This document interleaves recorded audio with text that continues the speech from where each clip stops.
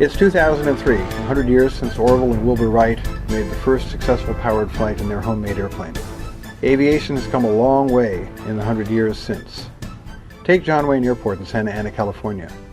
It's the only commercial airport in Orange County, and it services 8 million passengers a year. At the other end of the airport are the smaller private jets and prop planes and the flight schools.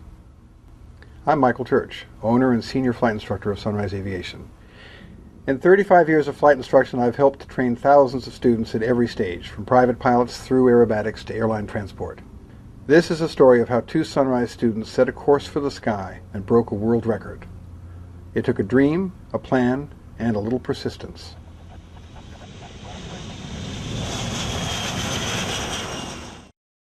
My name is Laksan Serimana.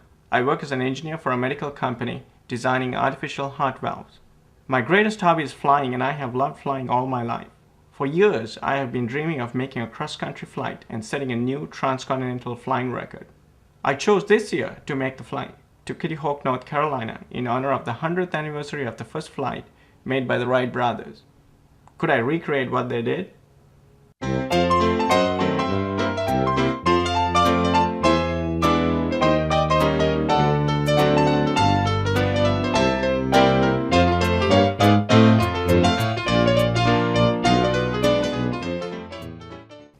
No, I decided to go a little bit more modern. There I was one day looking over various messages and schedules and getting organized for the evening's teaching when the phone rang. In 35 years of running the business, I can't begin to count the number of times that I've answered the phone and hung up right away. Probably a telephone solicitor.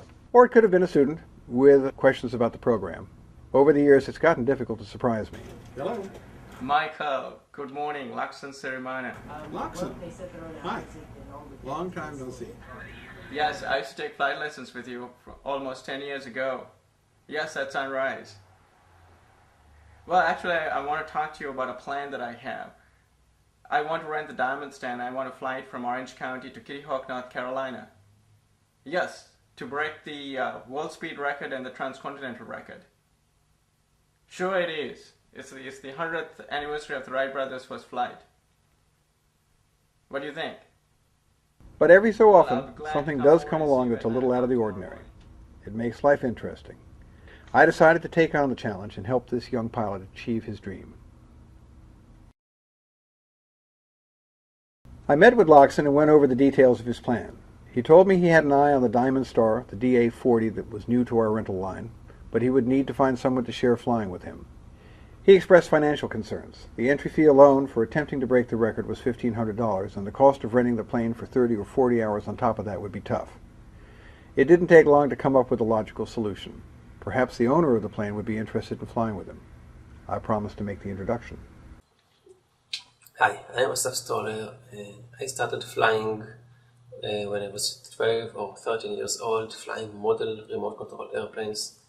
I first flew a Cessna when I was 16 years old, then through the Israeli Air Force, and finally came to the US and got my own. For a while, I wanted to buy a plane of my own. After a lot of research, I decided on the DiamondStar. It's an excellent plane with the right balance of horsepower and space, while still being lightweight and cost-effective. To help subsidize my hobby, I decided to make the plane available for rental through Sunrise Aviation, to put it to good work the times I couldn't fly it myself. One day I got a call from Michael Church, owner of Sunrise Aviation. He told me someone was interested in using the plane to fly to the Kitty Hawk and break a record, and they also wanted to fly with someone else. That was intriguing, but I didn't do anything. About 3 days later he calls me, okay, I have the details. The guy wants to break the record. He figured that he can do it in your plane, and maybe you may want to fly with somebody else, with him. Do you mind? It was so obvious to me. Of course I mind. I want to be that other guy. There's no way I can pass this opportunity. It's a great thing to do. As Laksan had explained the record, the FAI, the governing authority, recognizes only the total elapsed time between start and finish points in certifying a record attempt. It doesn't matter if you make the trip in a single leap or stop somewhere to spend the night. The record rests on the total time spent and the resulting average speed.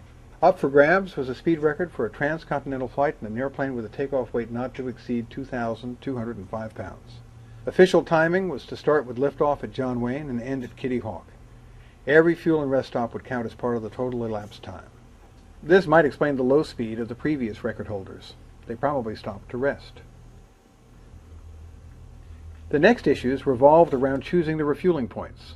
There were 4 planned stops. The pilots planned conservatively, allowing well over 45 minutes fuel reserve at the end of each leg, provided the winds remained as forecast.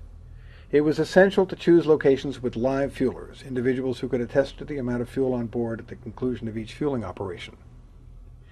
Easy at first, this aspect became more difficult toward the end of the flight as the planned arrival time stretched into the early morning hours.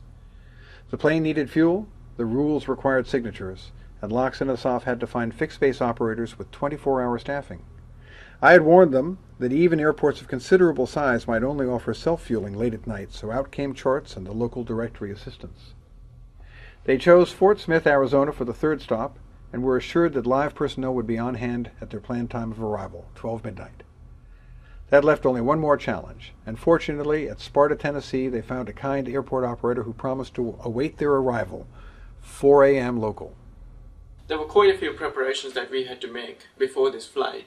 One of the most important things we had to do was to make sure that the plane weighed not more than 1,000 kilograms. So because of that, we had to remove all kinds of other equipment and things that were not needed off the plane.